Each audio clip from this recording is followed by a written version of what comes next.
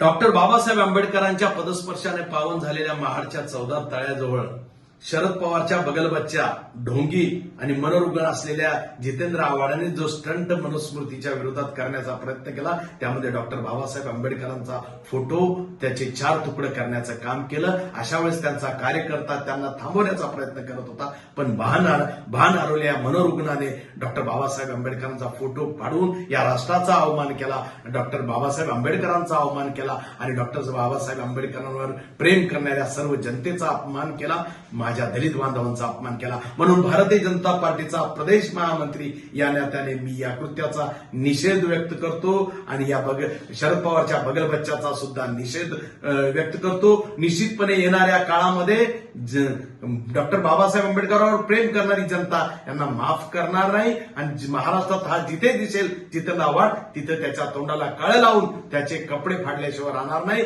आणि त्यामुळे सर्व जनता आज याच्यावर गुन्हा दाखल करून याला अटक करण्याची मागणी करत आहे.